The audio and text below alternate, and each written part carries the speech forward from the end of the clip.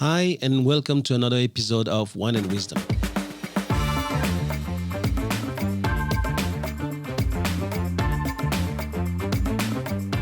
I'm Thomas Hoang, and you're listening to the TL podcast, where knowledge is shared and no one takes themselves too seriously.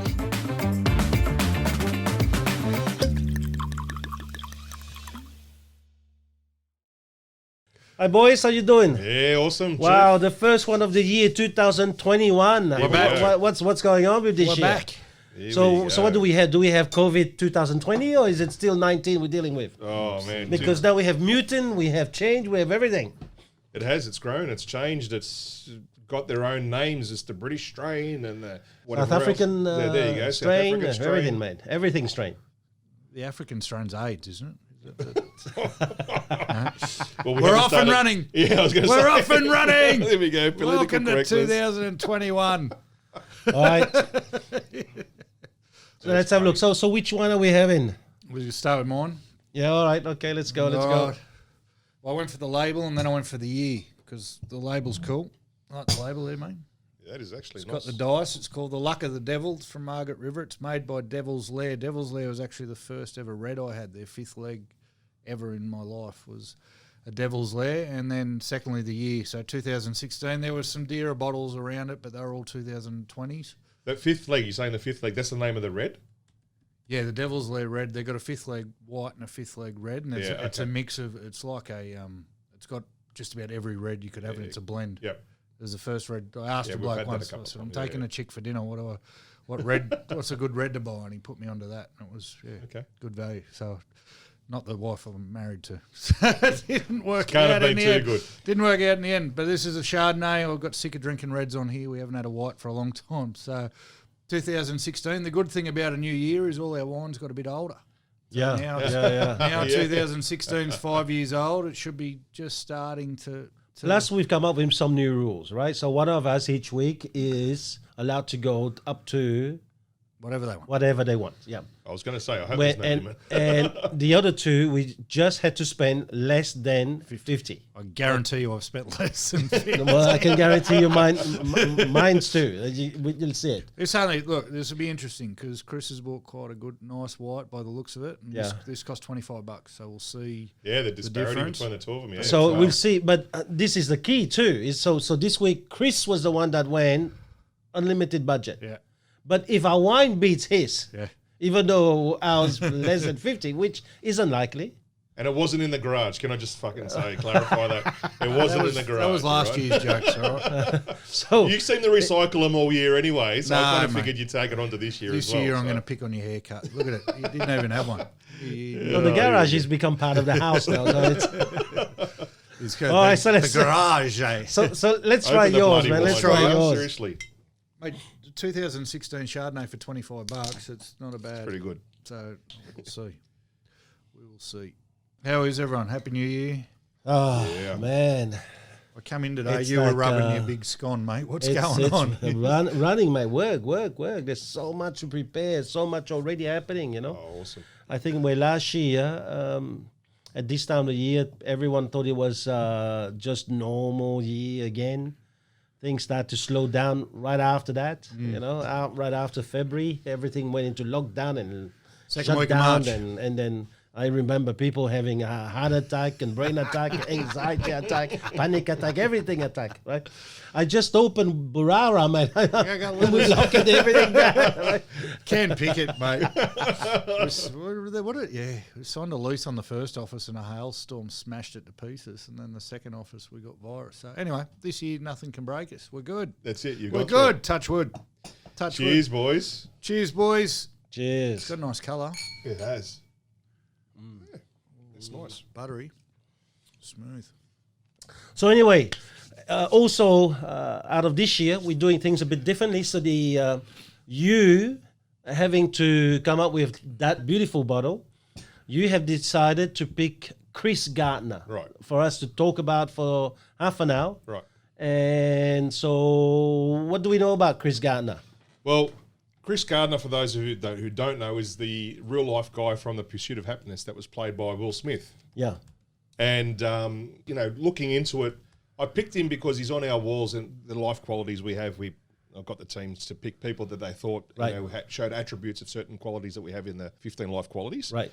And he was on goals. So when I looked into him a little bit further, and there's a few things that are different from the movie to his real life. Yeah.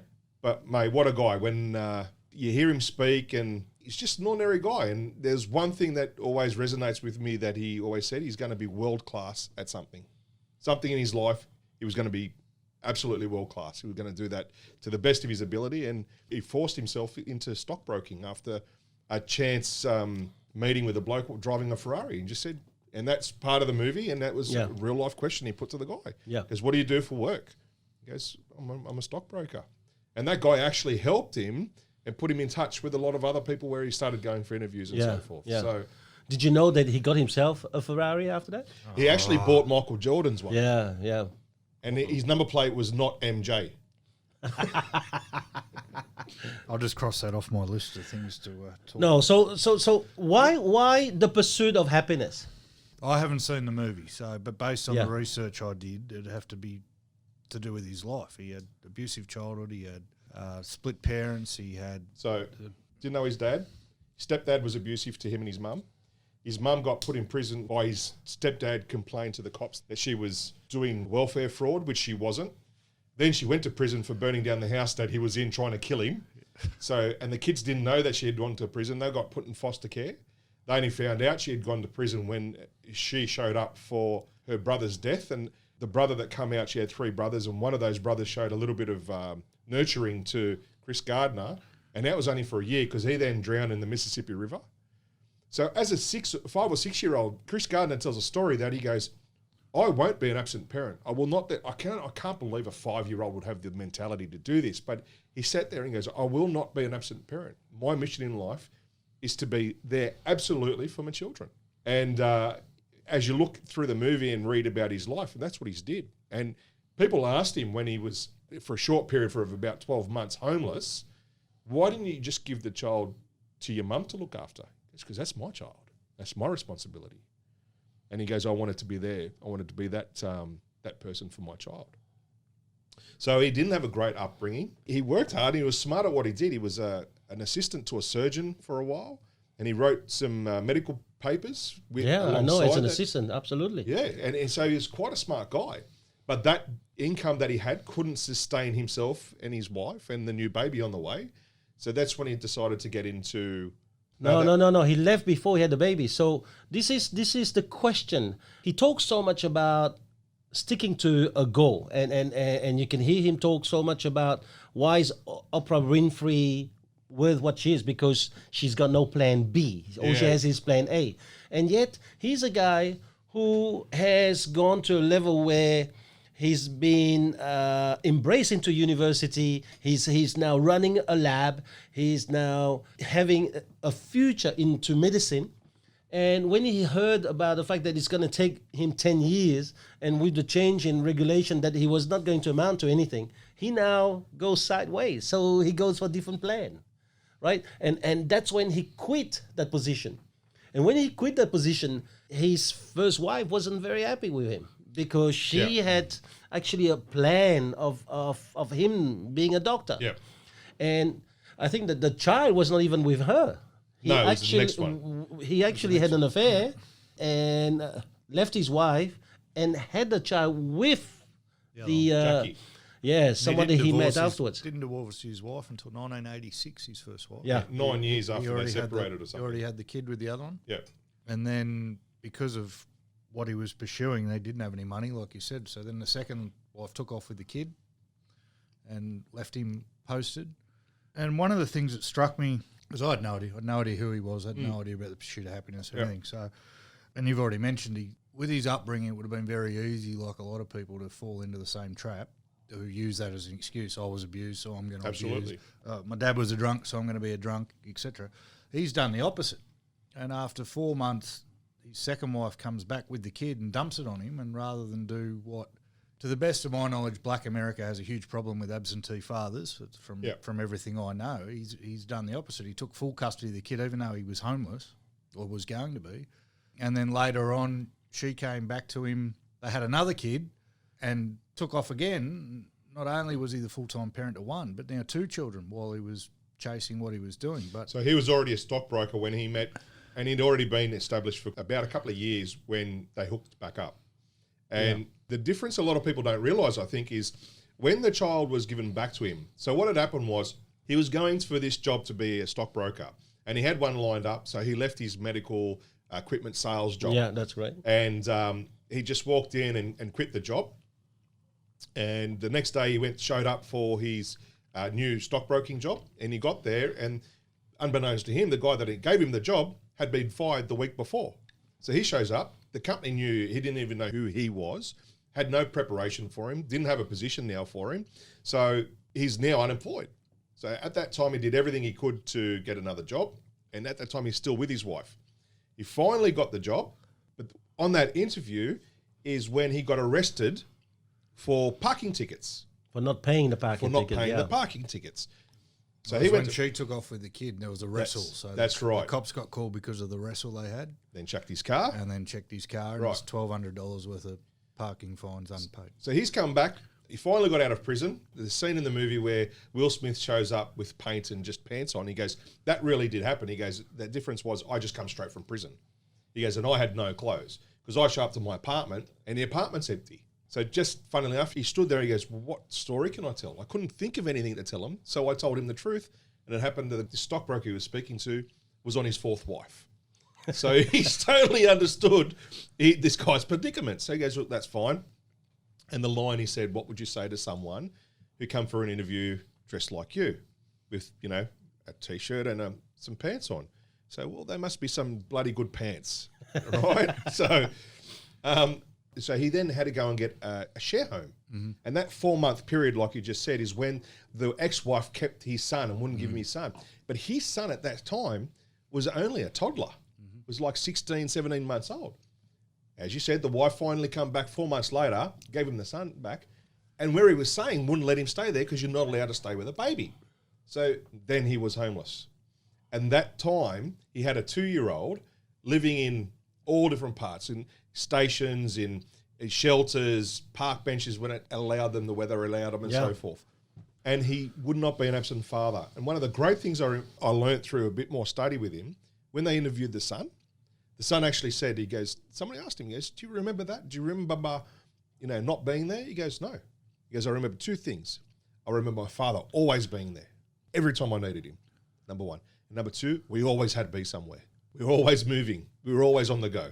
He goes, they're the 2 things I remember about my childhood.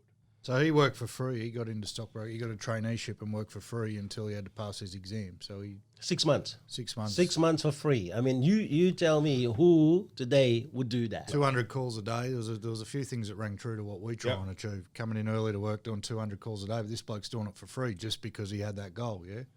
And then later on in 87, he started his own company with $10,000 on a table that was also his dining table. And I don't know how many millions, but 2006 sold it for millions of dollars. So I can see why he picked him. It's a pretty inspirational story, but there's so many of those out there too that we probably don't realise. There are. It's the rags to riches stuff. But a few things with this guy, with his story, was like unbelievable. And some of the small stories, one of them which blew me away was it's 9 to 5. That's his job, 9 to 5. Make as many phone calls as you can. He goes, I'd be on a client call at 5 o'clock. Closing a deal. I had to leave at 5 o'clock to catch the bus to get to the daycare in time to pick up my son to get to the shelter so we can get a room because they close at a certain time. So he goes, I had a very strict regime, but I had a choice. Stay on the phone and close a deal and not get the shelter or leave the deal and get the shelter. So he goes, so many, many nights we were looking for places to sleep, and that's why we sometimes slept on the floor in bathrooms in subways. And I thought, man, that's determination and drive, and still to have the character to be there for your son. Yeah. But not be only reliant on yourself, but have that young toddler reliant on you as well. Because at 2, 4, whatever the age, they're 100% dependent.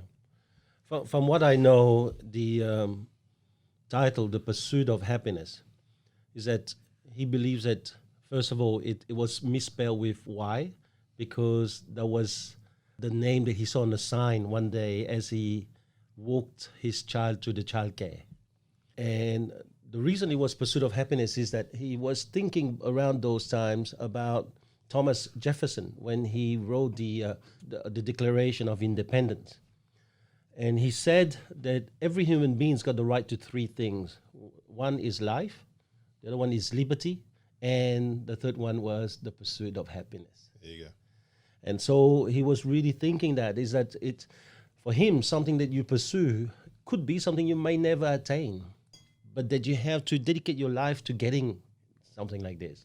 One of the things that I really like having to study him a little bit is he had some real good mentors, role model in his life. One was his uncle who died within a year of being around him. And he said that changed tremendously, but also his mother was pretty strong. And I think that gives you a very good base. And as a parent, that's your job. You give your child a very good base. But then the other thing is the pursuit of happiness. You run through a lot of challenges. And I think at some stage as a human being, you either say, that's it, it's enough. I now have to get it. And I'll do whatever it takes until I get that, you know? Or you're comfortable and you say, well, you know, I may not be the guy that I was dreaming to become, but I now got a good job. I now got this, and you know, and everyone in the family is fine. So let's not disturb this and let's move on. And I think that he is a hero in that respect. That if you have a dream, a plan A, don't plan for plan B. Yeah. And don't even go for that. And to me, how many people do that? Because he was not 20 when he was homeless. You know, and he was, I think, in his mid-30s already. No, when he was homeless, I think it was mid to late 20s. How many people, though, in life ignore the guy in the suit driving the Ferrari, though, because of where they already are in life? Yeah. So Thinking it's not he's unattainable. doing that. Oh, well, I can't do that. I can't possibly change careers. I've got a wife and 2 kids. I can't possibly, even though I'd always wanted to do that, I won't do that. He was set up to be a doctor. Yep. So part of it, when I read the bit about, he saw that there was probably 10 years of study in front of him, and the medical industry was about to be reformed, and he decided to quit then. Without knowing the context around that, I sort of went, oh, well, that's not overly inspirational. But then to have all that there, if he wanted it, I can go and be a doctor if I want. But no, there's something about that Ferrari and the guy in the suit got his juices flowing, and to have the courage to follow it. I mean, that's an amazing thing because we see it every day. He was very driven by the dollar. He said he knew he wanted to be rich, and that was one of the mindsets he has. He tells a story of when he was selling medical equipment. There was this guy making $80,000 a year, and he was making, I think he said 35 or whatever, 40,000 a year. This guy's making $80,000 a year, and he thought that was fantastic. And when he met that guy in the Ferrari, was making $80,000 a month, and he goes, "I need to be doing what you do." So he's very driven by the dollar. But by the same token, that determination, I think he did it with a lot of character, good judgment, and a strong will to actually make something of himself. A lot of people would have seen those obstacles and gone, no, they're too much. Yeah. So at the age of 27, you're homeless. You have to become someone. You have to survive and give your child something. Really, what would be something like that to inspire salespeople these days? What could really salespeople look up to him for? Unwavering belief in himself. I think the guy had, as you said, he had no plan B. He was going to make that work. He set his mind to a task and he went for it. And he just put everything into it and didn't expect anything for free. Didn't have a sense of entitlement. He just went to work and grinded. I mean, you work for 6 months for free when you don't have any money. I mean, what is this? We talk about paying the price. Paying the price, right? That's what you can get out of it. If you really want something, really in capital words, not wish for something. Yeah. Right? If you really want something, then you've got to pay a price. Yeah. And I think that this is where this generation or today, we have to do that. We don't have to go in a job because, this is what you should be paid. The award. Right. Yeah. Or, well, I shouldn't be working past this time because it's not in my house. We need to stop that crap. Yeah. We're going to have to go way beyond that and stop thinking that these people who write the law are writing with the fact that they want you to be the best you can be. They're writing the law so that the average can survive. So that That's you don't what I end up- believe. That you don't end up homeless. The laws are written to stop people being homeless, hopefully. They're not written to help people buy that Ferrari. Yeah.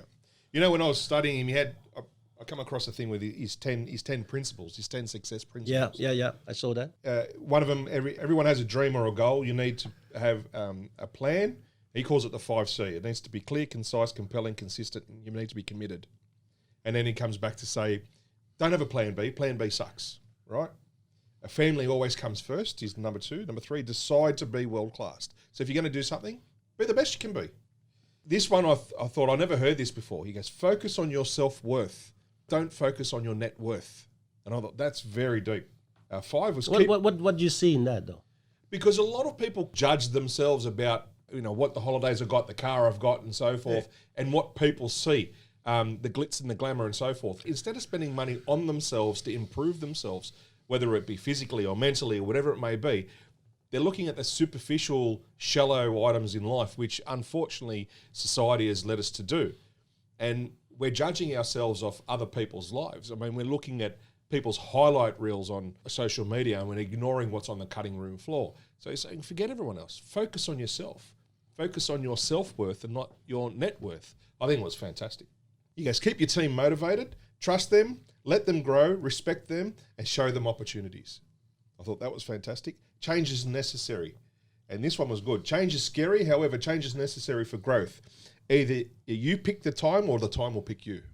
Baby steps count too as long as you're moving forward. And his mum used to give him a line, the cavalry's not coming to save you. So it's up to you. Just keep moving forward. Just keep moving forward. Follow your passion, do whatever it takes, and start where you are.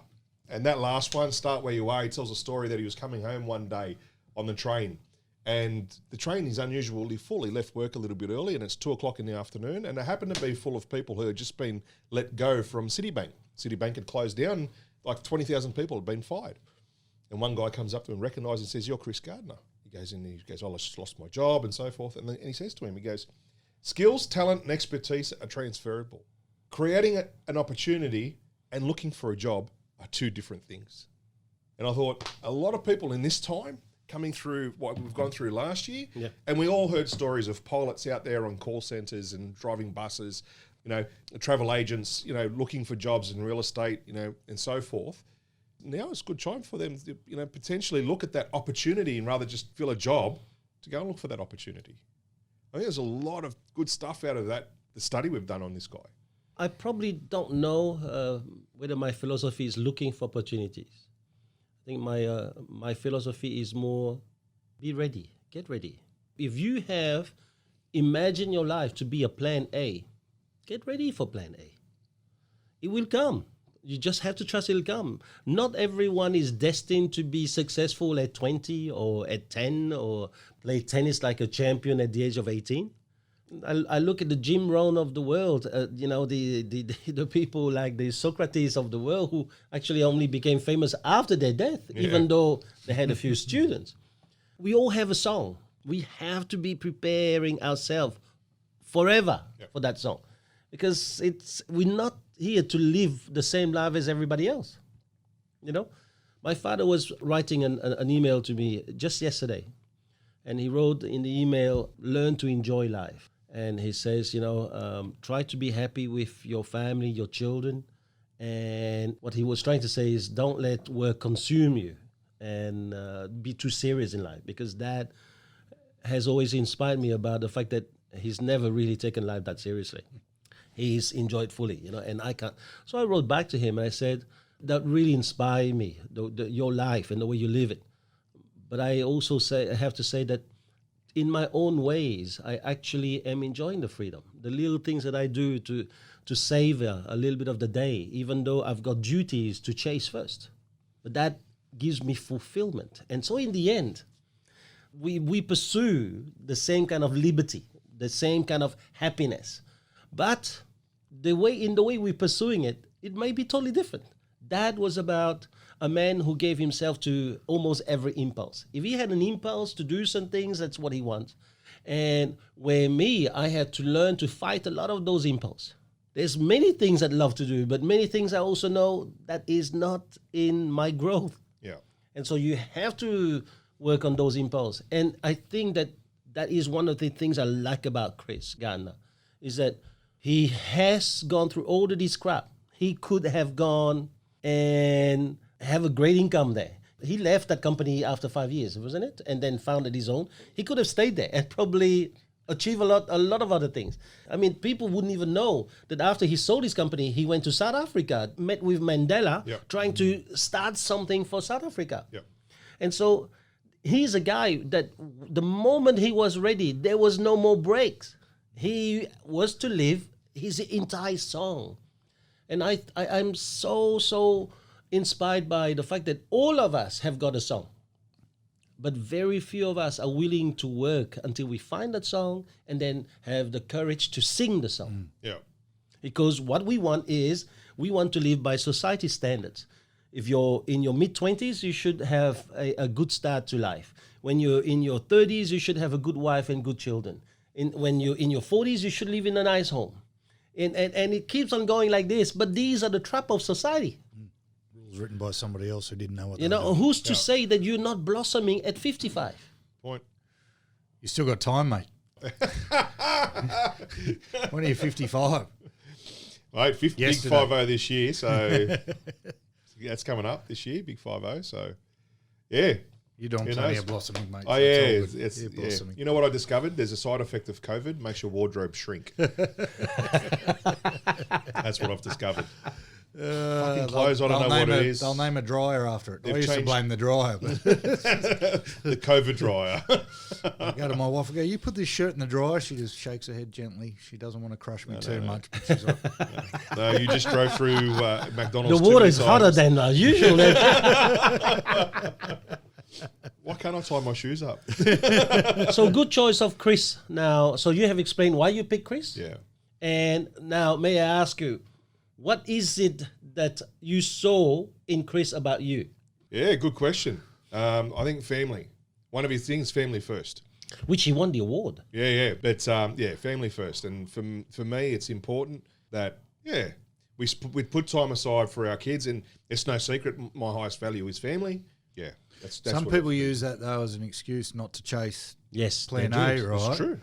So there's a guy proving that you can still be family first and go and buy the Ferrari. I keep saying buy the Ferrari because that's what he did. Yeah. Right. So a lot of people go, I'm all about my family, so I've got to go home. I won't make that extra call or close that deal because I've got to be at home with the family. Well, you can do both. You know you can do both. So if you're really about family, you'd be closing that deal, wouldn't you? Because that deal is doing what for your family? Yeah. Providing, yeah. So The way he explains it, he goes, if there's a choice, if there's a choice of closing a deal or the choice of sitting at my daughter's dance recital, Yeah. the dance recital wins. That's the way he put it. I'm not saying don't put in your workload, obviously. No, but he didn't do that at the beginning, Chris. When He was a homeless mate, the dance recital came last. you said yourself, he chose not having a bed for the night with his child.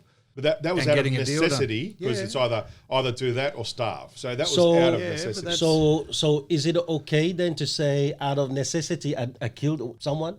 Well, now that's going Is a that bit. the- That's going a bit of extreme. I but what I'm understand saying- the extreme, What but about you got a big electricity bill, mate? You've been struggling to pay it, but your daughter's got a dance recital. Yeah, but we're getting it out of context here No, because we're not. because No, we're the not. six human needs for him at that time was security. right? So he needed to create security for his So family. when he says if you choose between closing the deal or the dance recital, it should say depending on your circumstances, yeah? Okay, yeah, Should it that- not? Yeah, well, absolutely. That probably fits in there. Absolutely. Because you can't. Well, you can. You've got that choice to make. You can't make a law that is so rigid that You can't. You've gotta be you have to flexible. read the circumstance. Yeah. He was probably thinking that night, even if I got kicked out of this place because we were running late for that homeless shelter, I might be able to sell myself through this. And then some nights he didn't. He couldn't sell himself into Play it. for a bloody good hotel by closing that deal, yeah? So we've got to be careful. People have got to be careful not to use that as an excuse. You've got to pay the price. It's part of paying the price. Part of being able to have a couple of days off a week to spend with your family is that you've paid the price going first. You can't be saying, I want to be this, and this. I want the Ferrari, but I also need to have 15 hours a week with my kids. If you're starting from scratch. Absolutely. If and you're that's what I was about to say, depending on the point you are at your life. And his thing, family first, came after he had achieved what he needed to achieve for himself. So what do you say to then the 20-year-olds and even the teens now? I'm getting some teenagers coming through interviews, and what I always say to them is pay the price now. But that's exactly right. That's a little bit different now for them. They have to grind. And that's what he called it. He called it a grind. They don't believe you. You go, listen, I'm telling you, got 3 kids, I'm married, pay the price now while you've got none of it. Yep. So when it does come, you can enjoy it, and then you don't have to make that sacrifice. But do you think that maybe because of parents like us, we haven't taught our kids to pay the price? You know, I still remember getting a balloon and the soccer ball, and that was my Christmas present. These days, you don't give them an iPhone, mate. They look at you weird. It's like, hold on, is this Christmas, or am I the only one looking at this as Christmas? You know, and so. Are we maybe the one at fault where we are trying to give our children the things we didn't get? And in doing so, removing them from an experience that they should have while they're around us.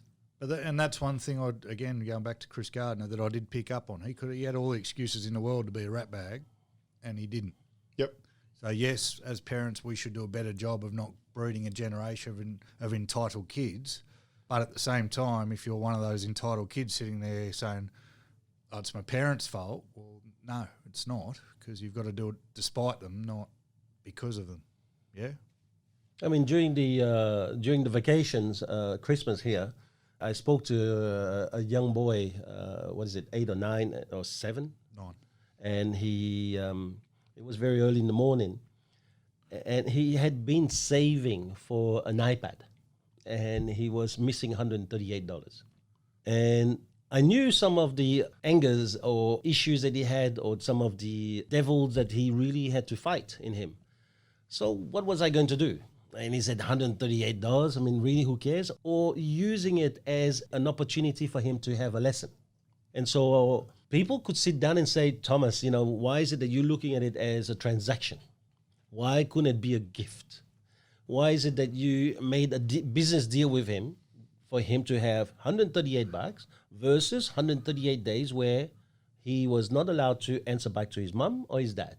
And for me, it was way more than that. What I was about to give him was not 138. It was about a lesson for life, because he conquers that. He can conquer anything. And I think that for that kid to go through what he's doing now, not only he's saving for a young child at the age of 8 and then 9 now to do all of these things, to get $899 for the iPad, it's a big deal. Absolutely. But now, taking 138 days where he had to fight his devil, the inner demon, and to make sure that I keep a tap on this, I call him every now and then just to go, all right, how many times have you almost lost? So it's a fantastic talk, because he's telling me, like, you know, I think twice he almost lost it.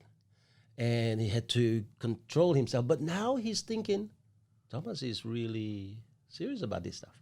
And I think in many, many ways, we could be creating a Chris Gardner's lessons for people around us. And I think that that's why it's a good choice to have Chris. The good thing is that you didn't pick him because it was the same first name. Again, that's what we all know Chris is a good. You know, it's the same. Everyone knows that. Fantastic, Good boys. job. Well That's done. great talk. How's the wine? Yeah, good. Not my pick, man. Nah, I don't rate it. Not my pick. He goes, yeah, good. It's rubbish. It's either, you know, it's the same thing that we do in real estate. You know, when you go to a caravan and you know that your house is overpriced, and so when your colleague is asking about his house, you go, oh no, mate, it's not badly priced, because you want him to say the same about to yours, yeah. So I know he's only trying to Talk up his wine. talk up, or secure your vote. Mate, I know of, but yeah. I don't know what's happened to you over the break, mate. You brought in a good wine and you just said something nice about mine. Who are you and what have you done with Kristen Nolan? I ate him. It's obvious. You ate him. Good job, boys. All right. Peace. Talk to you soon.